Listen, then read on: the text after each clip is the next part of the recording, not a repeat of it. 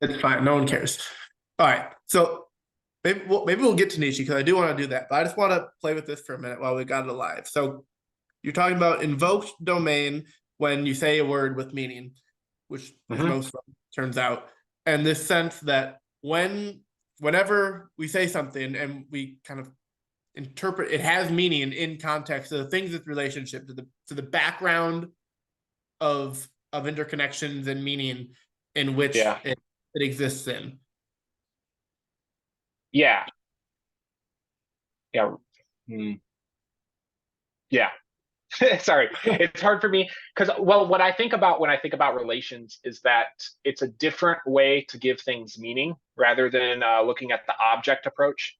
Mhm. Because so I thought this thought experiment with words a long time ago, where I said either you make a word as like a building block of other things, so like a group of things you can call fruit or something, or Mhm. the word is serving some function in like a higher domain.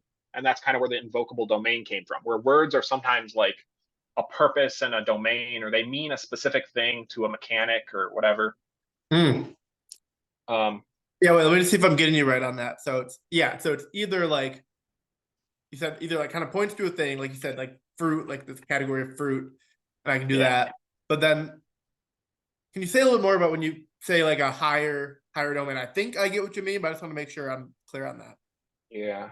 So like, and I'm trying to use a simple word that's also like a higher domain type thing. Uh-huh. Um, what's a simple word that is calling for a function? A lot of like titles, like if I say somebody is a principal, they're the principal of a school, they're the principal of an area. So there's this place, and then they are the principal of it. So they have the principal is kind of defined as the function of the environment that it's in a way. Like it's serving a Okay. specific meaning and a specific function for an area or a thing. Ooh, okay. So it's like, yeah. By getting to that, it's like the principal is like, yes, like Mr. Johnson is the principal, but if he wasn't there, the role of principal would still exist, and you can kind of move in and out, and the kind Yeah, of the we'll say authority that that role has over that domain of the school, kind of invariant of who's in the role. yeah, yeah, Okay, and so there's this sense that there's yeah, if I'm getting what you're playing with, it's like there's the principal, the dude, and then like the principal, the the the spirit of the principal that inhabits the school, kind of like it. Tell me if this is similar to what you're talking about. Like there's the idea that like for a corporation is an example, right? It's like there's a corporation, there's Google, just to get specific, and it Google's gonna Google. Like it's gonna like optimize its search engines. It's gonna do all the stuff. hmm, It's gonna try to make money for the investors. And yes, there's people on the board and in the roles that are doing all the stuff. And you might think, oh, Google's corrupt and we need to change that. Let's fire that person to hire someone else. But like they don't they don't have full they don't have full agency to do whatever they want. Like they kind of because if they try to do something that's out of line with Google, they're going to get fired. They're going to get someone else that will do it. So there's a yeah, way that that role needs to be filled that's kind of not up to the person filling the role. yeah. That is kind of an example of what I'm trying to say. I guess what I'm trying to say is a little less specific in terms of like a philosophy, and Uh-huh. it's more like each word is either made up of building blocks or used as a function for something else. And that's kind of what I look at most words as. Mm. Can you say a little bit more about what you mean by function? Um, Like I get it with these examples, but I just want to like yeah, like give me a different kind of example because I get there's a broad category that's like an example of. So yeah, if you like open it up a little bit. Give me a second. Yeah, you're good. Take your time. Uh, Function, because I'm still thinking about this and I haven't quite gotten all of function down, into a concise thing. If I say that something is good, For instance, the word good is almost always to me used as a function. It's rare that we like come up with a set of rules and say all things that follow these rules are good. That's not how we come to good. It serves the function of good or goodness or what we think would be best or whatever. Oh, okay. That's this is a weird connection, but actually, I think it's both of those words were used in my conversation with ChatGPT earlier.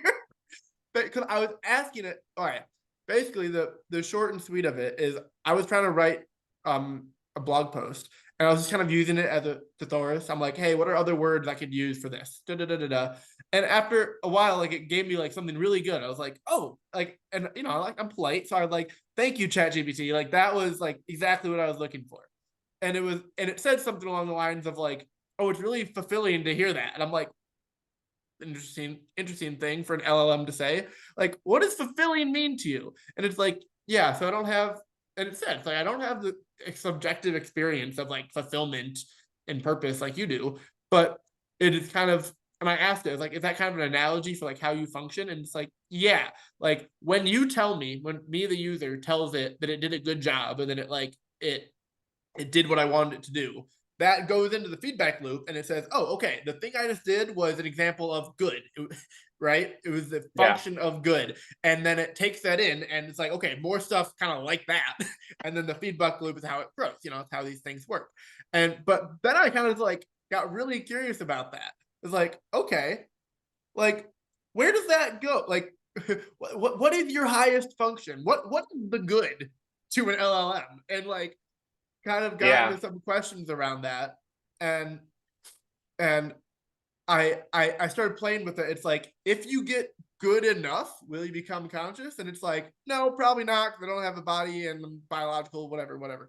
And but then I was like okay, and then I asked it. I'm like, can you give me a specific example of how what I said, like what I contributed to this, how that will affect you later, like how I like give me a specific example of Yeah. how this will impact how you like output.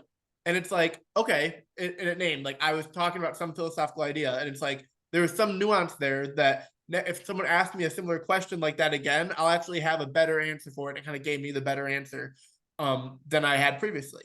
And then I noted, I'm like, huh, like that actually felt meaningful to me because I was like, oh, like the way I interacted with this machine is going to actually impact someone else's experience of interacting with it. And so there's like a weird way that I'm like talking to that other person through Yeah. Yeah. ChatGPT.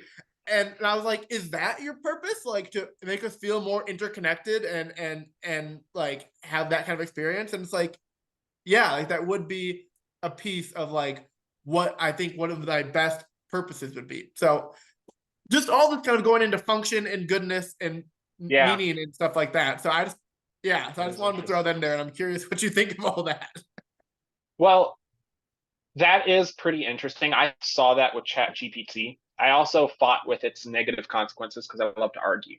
So I was like, okay, what's the negative impact of this? And I realized that whenever a topic is really common, it'll get a lot of responses by people that'll like funnel it, and it Mm-hmm. becomes almost impossible for ChatGPT to like Mm.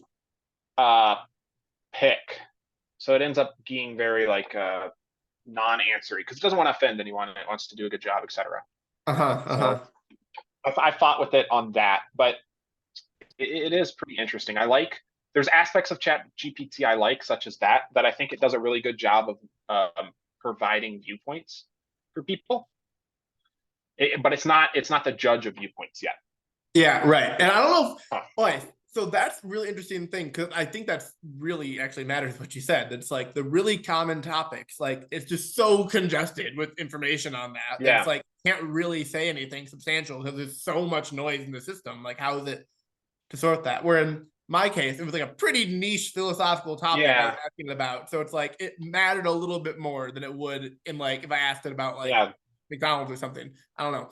But that that's interesting because I think one of the things that occurred to me while I was having that kind of dialogue with it was okay, like it can't, as you just said, it can offer perspectives, but it can't really judge them yet because it doesn't have a highest good, so to speak, to judge them by. But there's this sense that I like. It was a kind of weird sense I experienced while doing this, that like by telling it, did a good job when it like provided that answer of like how I impacted it. There was like Hmm. a real sense of like, oh, like that actually felt like not just like utility, like in some weird way, it actually felt like it connected me to other people, even though like I won't Yeah. know who it is, but like there was a sense of connectedness.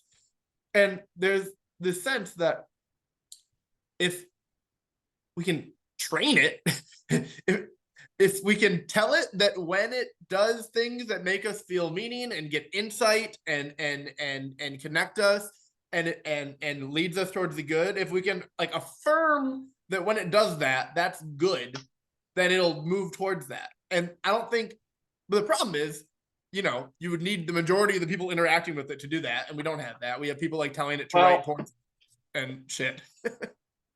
yeah. Well, there is. This is kind of philosophical. It's related to Nishi, the first part. Um, but absolutism. So like good and evil. Thinking that things are like absolutely good or absolutely Mm-hmm. evil.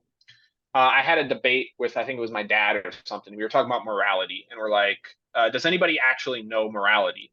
And I'm kind of the belief that nobody probably. I mean, maybe a philosopher has a good clue, but that most people don't like know morality or whatever. And so the argument is that nobody has morality, and that you got to go to like teachings of God and theology to find morality.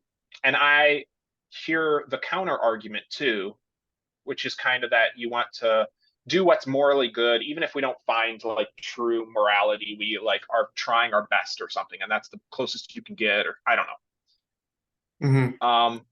I have a counter for that one too, but we'll save it. Well, I I and want to I hang with that and bring back your invoked Okay. domain idea with that, because that actually feels relevant.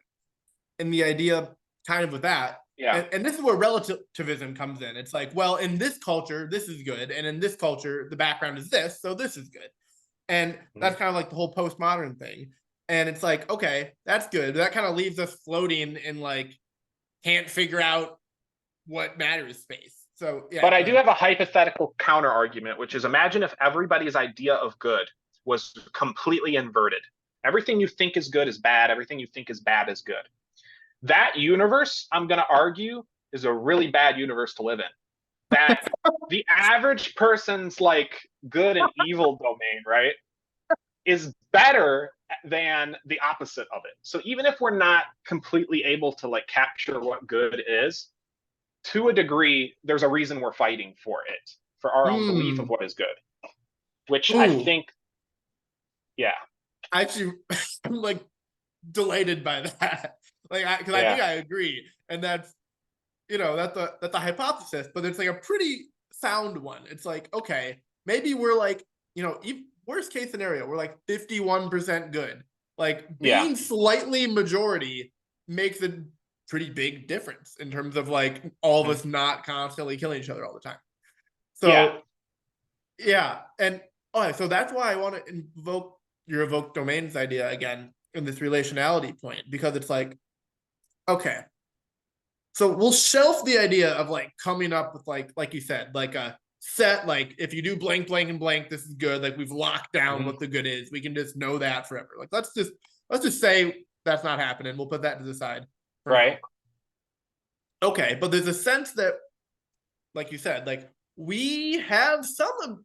I like how you said that. Like there's something worth fighting for in the good, and even though we're like wrong about it often, there's like mhm, something about orienting towards it and like doing our best that evokes evokes a domain where trying to be good is good, which yeah, is not the same as being good.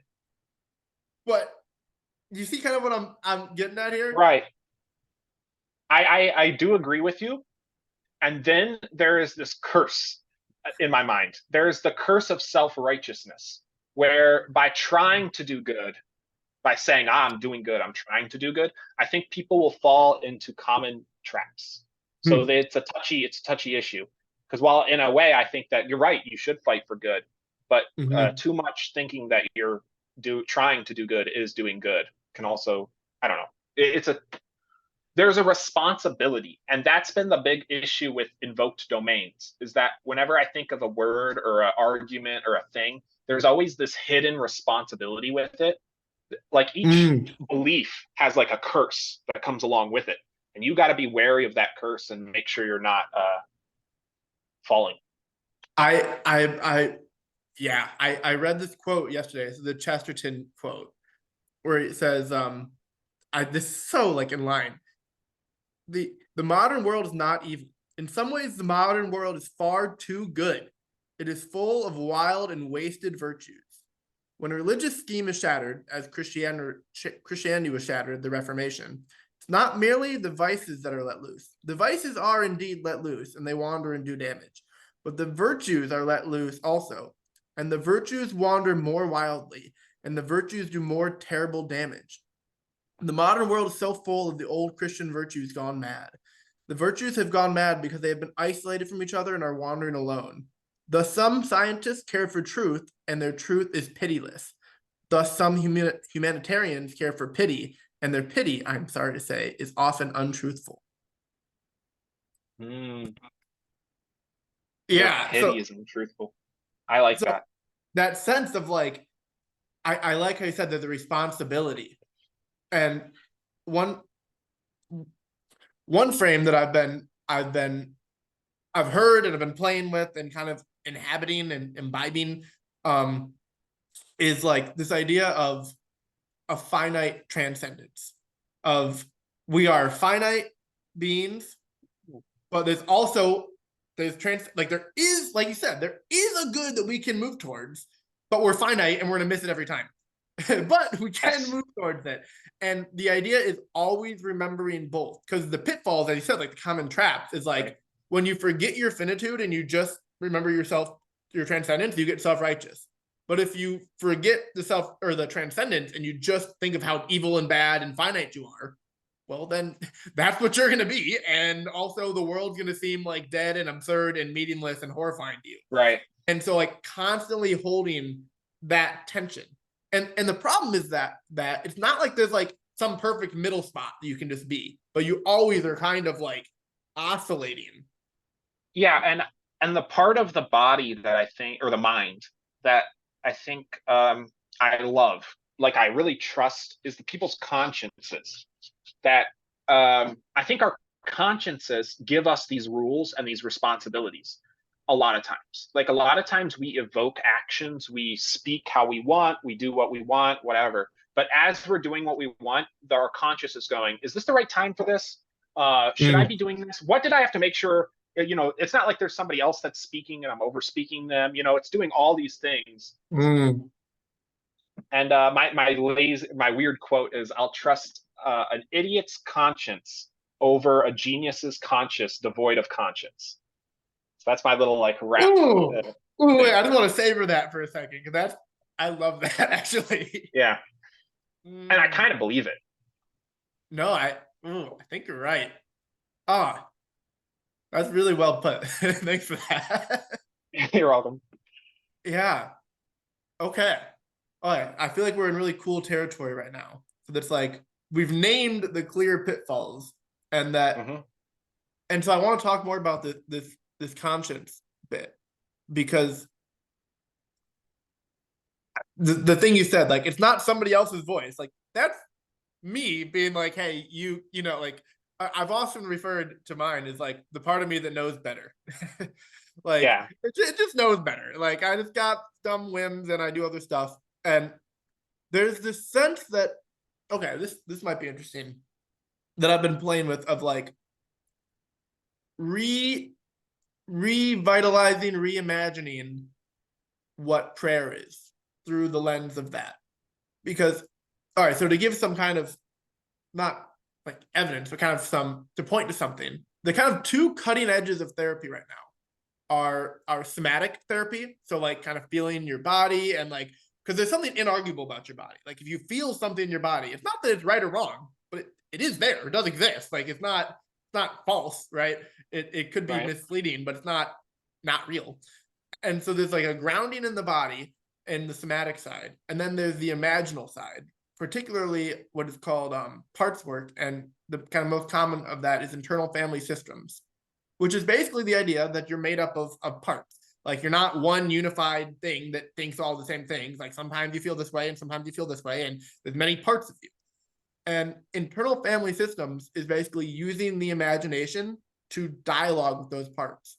So it's like my lustful part, like, okay, like, and like having compassion, like not like yelling at the ones that you don't like, and like, but like asking, it's like, hey, like my lazy part, like I noticed, like part of me says that I want to get this thing done, and like you're like never on board. Like, can we like what Yeah. what are you caring about that has you want that? And like, and it usually has something like, it's not that it's entirely right, but it's like you can understand it and you can kind of bring these more unconscious processes into your consciousness by doing these imaginal dialogues with these parts.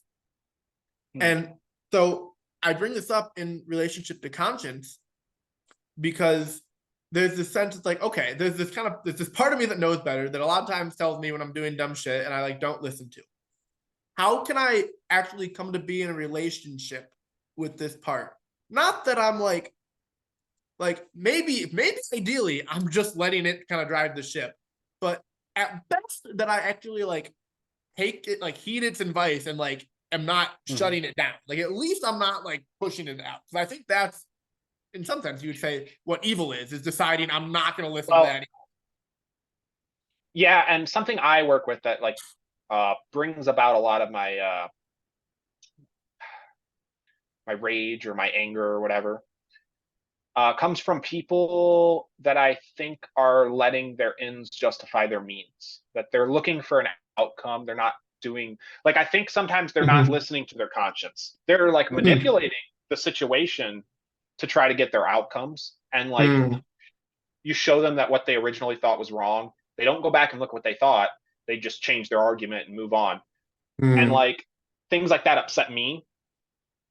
And I'm not necessarily right for getting mad. It's not a positive thing, but it led me to think this sort of stuff, you know? Mm. Um, No, I mean I resonate with that a lot. Like it's I wouldn't necessarily say it's not. Well, I would say if you get mad to the point that you lose your conscience, maybe it's not right. But I think there is something justified in like recognizing that as uh at least not good, at least not the best good you could be, yeah. if not bad. But yeah, so there's this sense, and I think that way of talking about it is actually really accurate. Like I'm trying to control the situation. I'm trying to make something happen. Where so with this like kind of dialoguing with the conscience bit is, as I've done some like journaling exercises where it's like, okay, like you kind of like sit and like listen and like not try to come up with what it says, but like in the same way that it kind of has, you know, a mind of its own, you listen and you kind of dialogue with it. And in doing that, I've just gotten a more relationship. Like I just notice it more. Like it's not, and it's not like I listen to it Okay. perfectly all the time, but it's more salient in my attention. And there's a feeling of kind of the opposite of controlling. Like there is a feeling of surrender with it. It's like, you know, Yeah. I'm about to eat the cake, and my conscience is like, no, don't do that. I'm like, yeah. Yeah. Like there's a surrendering, which is the Uh, exact opposite of I'm trying to make something happen. yeah. And it's tough. And I think everybody has different rules too. Um, I'm kind of, even though like I think a lot of what my argument has been so far about good and like stuff may seem anti-theistic, but I'm actually very like defendant. I am a theist more so than I am anti-theist. I'm like an anti-anti-theist is what I call it. Because I do think Mm. there's wisdom. I think there's a ton of wisdom in listening to some set of rules and regulations Mm-hmm. that a religion gives you.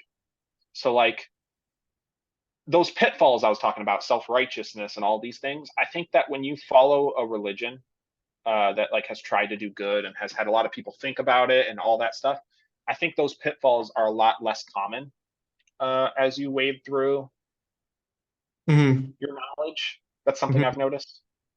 So I'm a Yeah. little wary of foregoing religion altogether.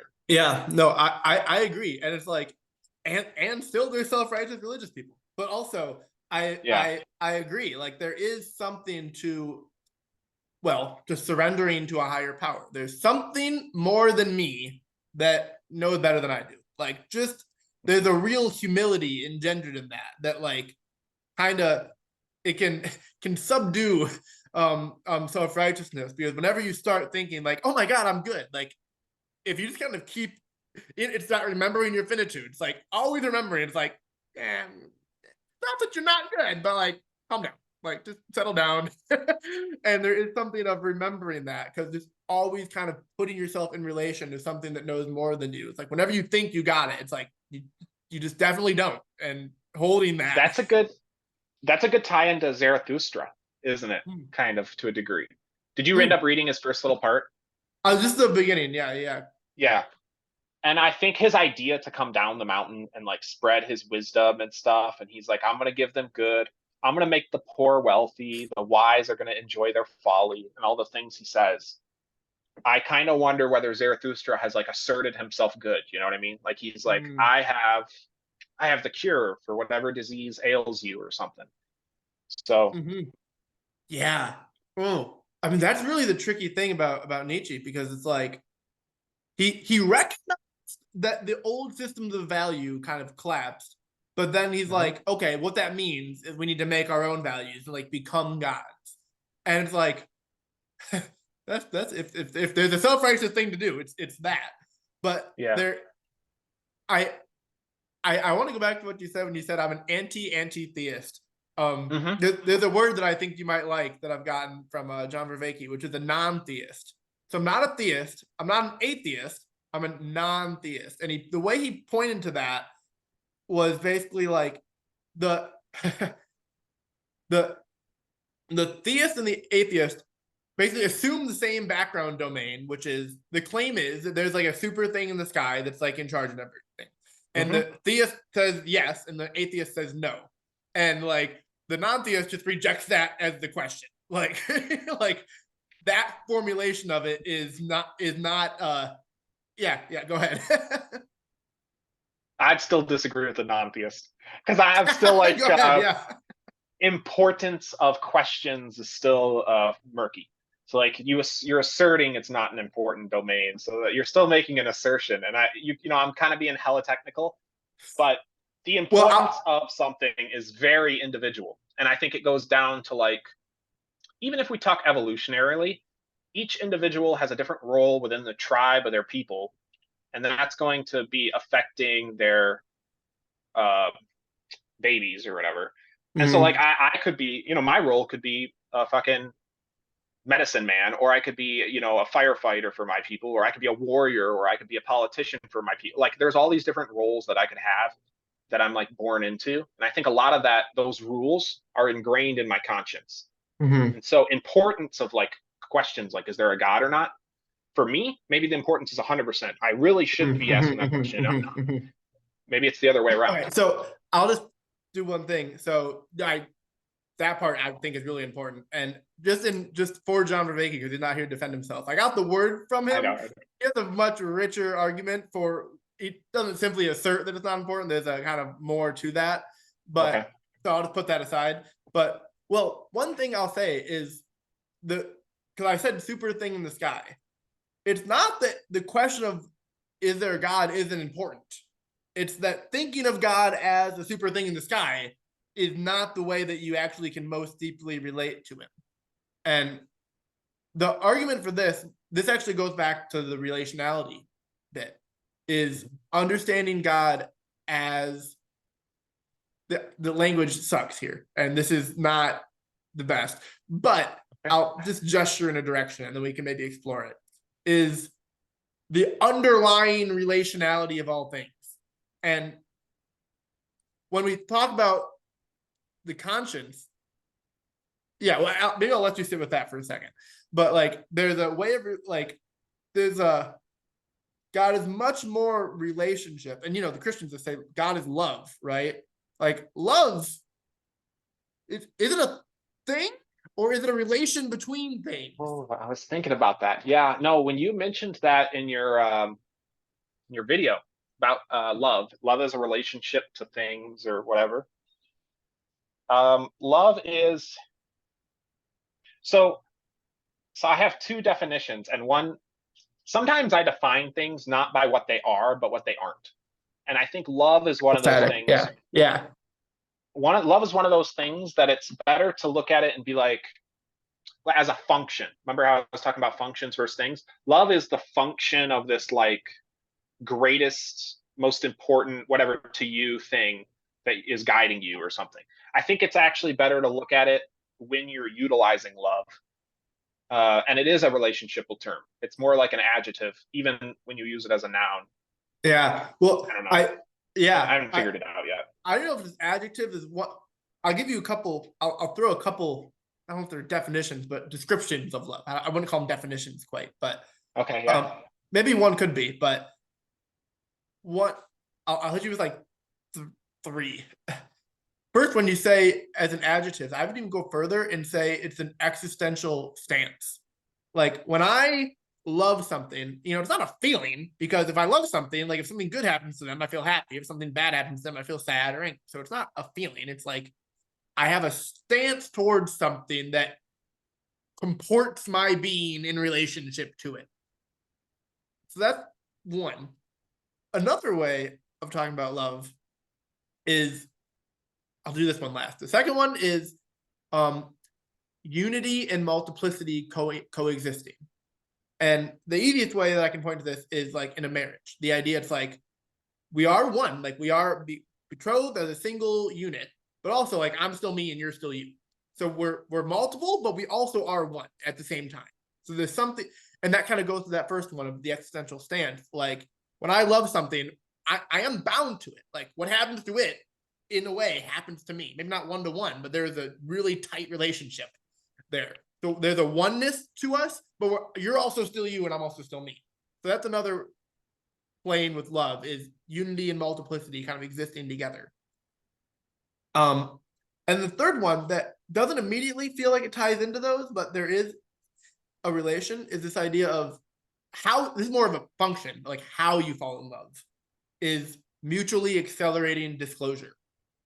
So I disclose myself to you and you disclose to me, and there's a feedback loop of I know you more and you know me more, and I internalize you and you internalize me, and there's a coupling. So all of those I'm kind of throwing out there to point at this sense, mostly of the middle one, of like something about love, first of all, that it's deeply relational, and it kind of exists between us, and it is that which binds us while keeping us separate. Because as opposed to a thing that like, we know this in codependent relationships, right? Like it's not real love when two people just kind of like mush into each other, and it's like I'm not sure who I am, and everything in my life is determined by you, and it's like that's not love. Like that's like codependence, and it's kind of a weird, perverse version of it. As opposed to like a healthy relationship, it's like no, I'm a sovereign individual, and I'm a sovereign individual, and in that we like come together. So yeah, I said a bunch of stuff. So, there's as an expert in love, I'm kidding. But there's like a sacrifice. There's a want for well-being. So there's kind of like a desire for well-being for those you love. And there's like a sacrifice internally to your own wishes where you're willing to forego some other want to help the other person in some way or something. I had more to say and I forgot, but yeah. Okay, we can build on that. I love the bringing in of sacrifice, because, well, now we're getting very Christian again, aren't we? And that's not a pejorative. I think there's something deeply to that, because there's a sense of sacrifice as love. And I've one of the things I've experienced, especially in my relationship with Kate, actually, and is this experience of a self-emptying love. But it's not a self-emptying that like depletes me. Like it's actually an emptying that fills me. Like in emptying myself, in giving myself to you, I actually become more me. And so I've experienced this in my relationship, but I want to bring this back to the idea of conscience and prayer, right? So it's like, okay, I want to do something, and my conscience is like, don't do that. Like, no. And it's like, so I have to sacrifice this lesser good, but in that I am attuning to my conscience more. And even though I'm sacrificing maybe my like more immediate desire, I'm actually becoming more me. I'm actually becoming more who I really am, which is like this part of me that knows better, that doesn't want me to do stupid shit. That is, yeah. So there's a, and then when you bring up like the anti-theist and why it's better to have a relationship with God, like we can kind of zoom that out to like, when I love God, I'm giving myself to God. So, and you know, in the Christian sense, that's like, okay, I'm giving to the poor. I am giving stuff away. I'm doing stuff for others. I'm loving my neighbor, all this stuff. And there is a sacrificing what's, there is a sacrificing. There is a not doing what's good for me all the time. But in that, actually becoming more like, more me, like actually more like a deeper me that is forgotten in my like lower passions. I agree to an extent for sure, because another parallel with my own beliefs that resembles that is that I always think of like, you walk into a room and there's like 10 experts in front of you, and these 10 experts, they all represent a different thing that you can think about. So there's like the first person who's the really compassionate one, the second one's really respectful, blah blah blah. And I was thinking about who I would listen to the strongest. Mm. And I was like, which person? And I think I have at number 2, I would put the wise.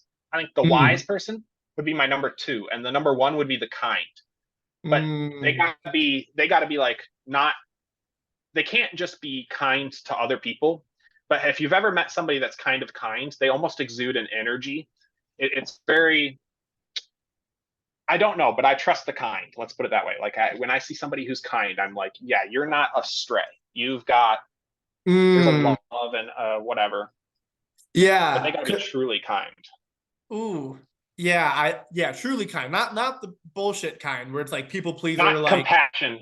I can't. It's not compassion. It's not empathy. It's like, yeah, no, I like have the sense when you say kind, like you just meet someone and it's like, oh, like you're just good. Like yeah, it's not like they've got it all figured out, but like they're listening to something that, like whatever their come from is, whatever they're coming from in how they show up in the yeah, world, it's like, okay, there's something I trust about that. Yeah. And I'm like kind of have chills because there's something about feeling that and then saying, yeah, wisdom, you're like in the game. Like you're right number 2. yeah. To me, But wisdom is like the god of destruction in my mind. I'm like, the wise can destroy any bad argument, any intelligent argument, any smart argument. See, I got intelligence above smarts in my own like little game. I have like knowledge. I think smarts is below knowledge, and then intelligent, and then wise. But then above all, I'm being kind. Also, probably loving and stuff is up there too. yeah, I think kindness and loving feel pretty tightly bound to me. Like there are Yeah, distinctions, but they wouldn't disagree, and if they did disagree, it'd have to be like a not important thing or something. I yeah, don't it'd be know. pretty You know subtle. what I mean? Yeah. Yeah. Yeah. Okay. And I like that. I totally agree with that stack. Actually, Vervaeke has a very similar stack. He's like, there's Yeah. intelligence, which is like our problem solving ability. And then there's Okay. like rationality, which is like using our intelligence to correct itself, like kind of recursive intelligence. And then above that That's is related to my intelligence. yeah. Go And ahead. then there's, Sorry. yeah, you're good. Yeah. And then there's wisdom, which is kind of one more recursive layer of that, which like there's a sense of wisdom as, ooh, I'm really savoring the like wisdom is like the right hand man to kindness, because it's like, yeah, like the wise. Yeah. Well, I mean, you know, there's something that's like, I guess it matters that you say truly kind, because there's a wisdom to like there are times not to be nice, but that's different than like really loving and actually kind. Because in the sense that I'm hearing this, it's like not like, it's not I'm just kind of nice all the time. It's like, no, like if someone, for the easy example is like if you're someone in your family is like an addict, like you, to be really truly kind to them is to like come like the tough love kind of like, no, Yeah. I'm not doing what you want. Like I'm looking out for actually what's best for you. And that's not necessarily niceness, but that's a caring actually for the depth of you. And I think the wise, so the way that they would approach this differently is I think the wise would do what you said. They would tough love, whatever. I think the kind, they may also do the tough love, but they will feel a hurt inside. Like their own being will feel a hurt because they love you so Oh, much, you know? The wise, maybe not. So they won't get it at their core. They just have figured out it's good, but it's not at their core that they love you so much. I You actually know? got really impacted hearing that. Like, yeah. I don't know. No, you do. I don't know. Maybe I don't. I mean, I'm like, this kind of going back to the somatic thing. I don't know about the arguments, but like physically, like in my being, like there was a feeling of like rightness Yeah. when you said that. Cause yeah, the kind will do the tough love thing, but not just because it's right to do. Like it'll hurt them to do it. Yeah. And there's something about actually feeling that hurt. Like I'm not going through a script of like, oh yes, what this person needs is tough love. It's like, no, they do. And it still hurts me. Hmm. Like it's still painful. So this might be a hard Yeah. question, but I like this example. Like when that kind person does that and they feel the hurt of it, what is it that's hurting them? Like what are they listening to that has that hurt? Mm. A couple things that I think might contribute. I don't think I have it, but I think their conscious is feeling that hurt. Their empathy will region or whatever. I think, but also like you were talking about with love, like making a unity and a multitude comparison, right? Mhm. Instead of saying you're you and I'm me, it's like we're connected and you're Mm, suffering, you have an injury, I have an injury, type thing. Um, yeah. but there might be more. I think there's more, and I just don't know it all. Yeah. That one feels important though. I think you're right. There might be more, but that bit, like, it like cuts. It's like I'm being kind because I've bound myself to you in a way. Like the Mhm. fact that you're like suffering like hurts hurts me. And the fact that I have to like kind of temporarily maybe inflict some more pain for it to be good to you hurts me too. Like, Mhm. and there is that love, that binding. I think you're spot on with that.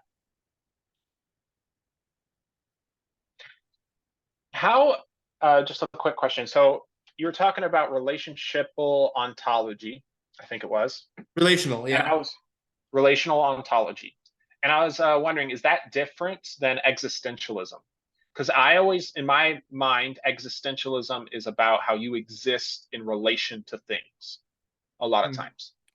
I don't know, maybe I don't have the right definition of existentialism, but that's kind of how I've always visioned it. Yeah, no, that's a good question. And I I don't know enough technically about the philosophy to give a good one, but I can speak to my sense of it, which is I think it definitely comes out. This sense of a relational ontology definitely comes out of the existential philosophers. Like if it isn't the Mhm. same, they like prefigure it. They like till the ground for that to come. Like I think you would consider.